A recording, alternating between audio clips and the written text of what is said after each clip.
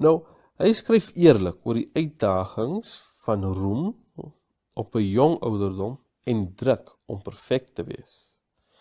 En sy pogings om altyd getrou aan homself te bly.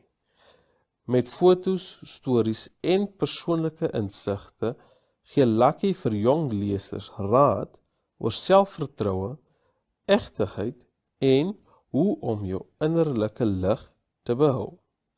Nou, die titel Stay Golden is 'n herinnering daaraan om altyd jou uniekheid en goedheid te beskerm, al is jy in 'n wêreld van filters en verwagtings.